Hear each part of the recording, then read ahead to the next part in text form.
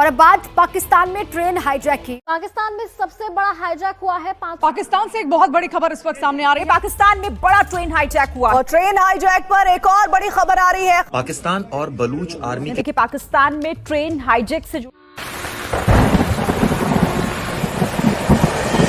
11 मार्च 2025 पाकिस्तान एक ऐसे दिन जिसने पूरे पाकिस्तान को हिलाकर रख दिया। अमेरिका की खुफिया एजेंसी पाकिस्तान को एक संदेश भिजवाती है कि आपकी देश में कुछ बड़ी आतंकवादी गतिविधि होने वाली है, आप सतर्क हो जाइए। लेकिन पाकिस्तान गवर्नमेंट और पाकिस्तानी एजेंसी इस संदेश को गंभीरता से नहीं लेती और इसके बाद पाकिस्तान में एक ऐसी घटना को अंजाम दिया जाता है जिसकी चर्चा पूरे विश्व में होने लगती है। दरअसल दोस्तों, पाकिस्तान की एक ट्रेन जो कि पाकिस्तान की सबसे व्यस्तम ट्रेन में से एक जाफर एक्सप्रेस को हाईजैक कर लिया जाता है। उसमें सवार 450 से 500 लोगों को बंधक बना लिया जाता है। इस ट्रेन में सवार लोगों में से कम 104 से 5 लोगों को, जिसके अंदर महिलाएं होती है, बच्चे होते हैं और बुजुर्ग लोग होते हैं, उनको ही आतंकवादी वहां से चुपचाप भागने के लिए कहते हैं और कहते हैं कि अगर आप पीछे मुड़कर देखोगे तो आपको गोलियों से भून दिया जाएगा।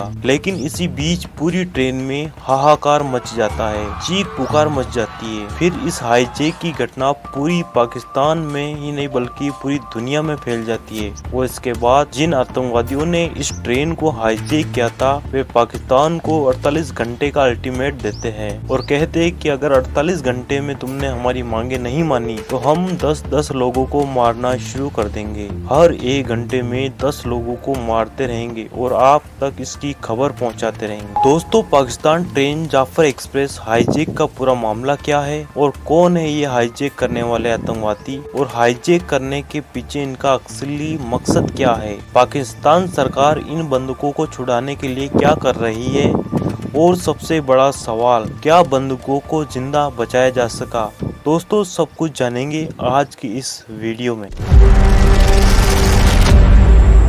11 मार्च 2025 की सुबह 9 बजे के आसपास पाकिस्तान के एक शहर बलूचिस्तान की राजधानी क्वेटा से एक ट्रेन जिसका नाम जाफर एक्सप्रेस होता है, पाकिस्तान के ही एक शहर पेशावर की राजधानी खैबर पख्तनख्वा जाने के लिए अपने सफर के लिए आगे बढ़ती है। इस दौरान इस ट्रेन को लगभग 1600 किलोमीटर का सफर तय करना था और 30 घंटे में इसको जाना था। अलग अलग लगभग 30 जगह ऐसी है जहां पर इस ट्रेन को सफर करना था।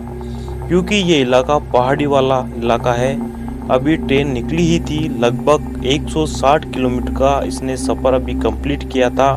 कुछ ही घंटे इस ट्रेन को हुए थे जिसका नाम जाफर एक्सप्रेस रेलगाड़ी। जैसे ही ये ट्रेन बलूचिस्तान के सिब्बी जिले से निकलती है, यहाँ पर एक इलाका लगता है गुड लार और पीरू कुनरी की पहाड़ियाँ। यहाँ पर जो सुरंग होती है, सुरंग संख्या 8 होती है। तो उस सुरंग को जैसे ही ये रेलगाड़ी पार कर रही थी, सबसे पहले इस ट्रेन के इंजन की तरफ एक धमाका होता है, क्योंकि जहाँ जहाँ से जिन सुरंगों से ये ट्रेन गुजर रही थी उस वक्त इसकी रफ्तार थोड़ी धीमी हो जाती है और धीमी होने की वजह से जैसे ही धमाका होता है, जो रेल की पटरी थी वो बेपटरी हो जाती है। वो ट्रेन पटरी से उतरकर अलग चली जाती है। हालांकि बड़ा हादसा होने से बच जाता है क्योंकि ट्रेन की जो रफ्तार थी वो बहुत ज्यादा तेज नहीं थी और तेज न होने की वजह से ही इसमें 9 बोगियां होती है। पाकिस्तान के बलूचिस्तान की राजधानी क्वेटा में रेलवे के सीनियर अधिकारी मोहम्मद काशिफ के अनुसार इस पूरी ट्रेन में 450 से ज्यादा यात्री सवार थे। ट्रेन जैसे ही रुकती है, इसके बाद फिर धड़ाधड़ गोलियां चलनी शुरू हो जाती है।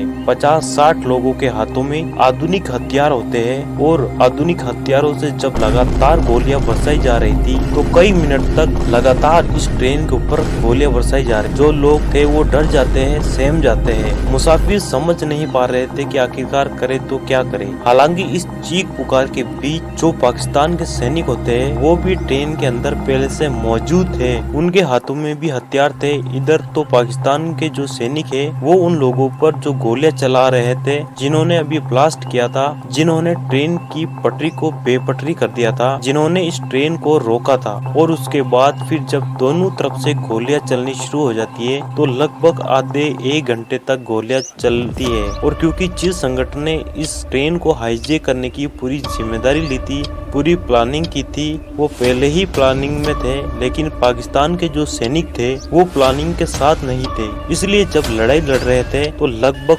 30 सैनिक इस आमने सामने की मुठभेड़ में मारे जाते हैं। और इसके बाद फिर जो ये संगठन बलूचिस्तान लिबरेशन आर्मी के लोग थे, ये चारों तरफ से ट्रेन को घेर लेते हैं और घेरने के बाद सबसे कहते हैं कि इस ट्रेन को हाईजैक कर लिया गया है। इस ट्रेन के अंदर जितने भी मुसाफिर बैठे हुए थे, किसी ने भी अगर होशियारी दिखाने की कोशिश की तो वो अपनी जान से हाथ धो बैठेगा। अब ये हाथ धो बैठने वाली बात थी, सबको अपनी जान प्यारी होती है, मुसाफिर एकदम शांत हो जाते हैं। लेकिन इस ट्रेन के अंदर सेना के जवान भी थे, अर्धसैनिक बल भी थे, पुलिस वाले भी थे और ISI के एजेंट भी थे। सबके सब शांत हो जाते हैं और बलूचिस्तान लिबरेशन आर्मी के लड़ाकों के सामने एकदम नतमस्तक हो जाते हैं। इसके बाद ये दोपहर के 1:35 के आसपास ये मैसेज फैल जाता है कि पाकिस्तान की सरकार के पास पहुंच जाता है, उनकी एक ट्रेन जिसका नाम जाफर एक्सप्रेस है उस पर कब्जा कर लिया गया है हाईजैकरों ने और उनकी कुछ मांगे हैं। इससे पहले कि मांग वाली बात आए, उन्होंने एक संदेश जारी किया था। संदेश से पहले एक जिम्मेदारी ली जाती है। उन्होंने मीडिया से बकायदा 1 मिनट 30 सेकंड का एक वीडियो रिलीज किया कि हम BLA यानी कि बलूचिस्तान लिबरेशन आर्मी है। दोस्तों, अब सवाल ये खड़ा होता है कि आखिरकार बलूचिस्तान लिबरेशन आर्मी है क्या। दरअसल पाकिस्तान को 4 हिस्सों में अगर बांट दिया जाए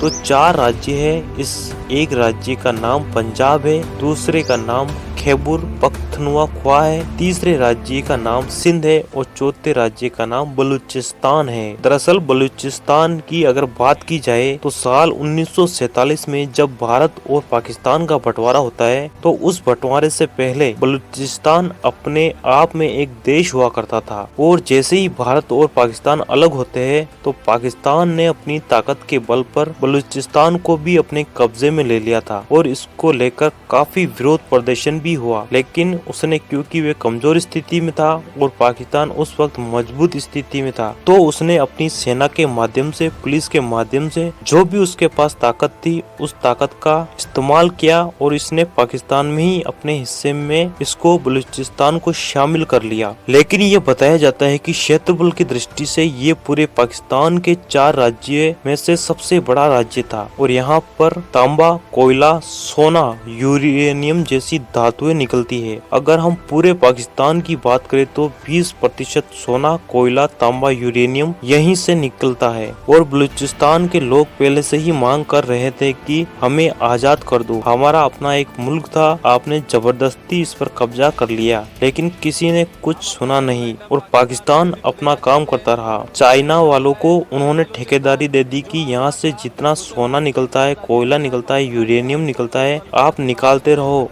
और कोई परेशानी नहीं है। लेकिन इस पर जब जबरदस्ती कब्जा होता है तो इसको आजाद कराने के लिए समय समय पर कुछ संगठन मैदान में आते रहते हैं और लड़ाइयाँ लड़ते रहे। और इसी लड़ाइयों के लड़ने के लिए अगर हम जो मजबूत स्थिति में 4 संगठन है उनके नाम ले तो पहला संगठन है लश्कर बलूचिस्तान, दूसरा संगठन है बलूच लिबरेशन फ्रंट जिसको BLF के नाम से भी जानते हैं, तीसरा संगठन है बलोच राजी अजोई संगारे और चौथा संगठन है बलूचिस्तान लिबरेशन आर्मी जिसको शॉर्ट फॉर्म में BLA भी कहा जाता है। और BLA ही सबसे मजबूत और ताकतवर संगठन है जो बलूचिस्तान को पाकिस्तान से आजाद दिलाने के लिए लड़ाई लड़ता रहता है। और इसी बलूचिस्तान लिबरेशन आर्मी के लड़ाकों ने इस ट्रेन को हाईजैक किया था। लेकिन जब इस पूरे देश भर में इसकी चर्चा शुरू हो जाती है और इसके बाद पाकिस्तान की तरफ से जो ड्रोन भेजे जाते हैं वो उसको भी मार गिरा देते हैं। उनके पास इतने आधुनिक हथियार बताए जाते हैं। उनका ये दावा है कि लड़ाकू विमानों को अगर आपने भेजा तो इस तरह से तो हम उनको वैसे ही मार गिराएंगे। आम यात्रियों को छोड़ने की तो उन्होंने जिम्मेदारी ले ही ली थी। उन्होंने कुछ मांगे अपनी रखी और मांगे कुछ इस तरह से थी कि यहाँ बलूचिस्तान के जो कैदी है, पाकिस्तान के जिस जेल के अंदर वो कैदी है, उन कैदियों को तत्काल प्रभाव से 48 घंटे के अंदर अंदर सह सम्मान से रिहा कर दिया जाए। उनको किसी भी तरह की कोई आंच नहीं आनी चाहिए। साथ ही जो पाकिस्तान में जो चाइना को ठेकेदारी दे दी गई थी, जो बहुमूल्य पदार्थ निकालने के लिए जो चाइना को ठेकेदार दे दी गई थी, वो बलूचिस्तान के अंदर उस चाइना को वापस कर दिया जाए और बलूचिस्तान को पूरी तरह से आजाद मुल्क घोषित कर दिया जाए। यदि आपने ऐसा नहीं किया तो हम 48 घंटे कंप्लीट होंगे और 48 घंटे कंप्लीट होने के बाद 10-10 की टोली के हिसाब से इन यात्रियों को, इन मुसाफिरों को मारते रहेंगे, उनको नुकसान पहुंचाते रहेंगे। उन्होंने आम लोगों को तो छोड़ ही दिया था, लेकिन ट्रेन के अंदर जो खास लोग थे, चाहे वे पाकिस्तान के ISI के एजेंट हो या फिर पाकिस्तान के अर्धसैनिक बल हो या फिर पुलिस वाले हो या फिर उनके कुछ खास मुसाफिर हो, उनको बलूचिस्तान लिबरेशन आर्मी के लड़ाके बंधक बना लेते हैं। अब तक पाकिस्तान गवर्नमेंट और पाकिस्तान आर्मी ये दावा कर रही है कि उन्होंने ट्रेन को हाईजैकरों के चुंगल से छुड़वा लिया है, लेकिन अभी भी बलूचिस्तान लिबरेशन आर्मी के जो लड़ाके, उनका ये दावा है कि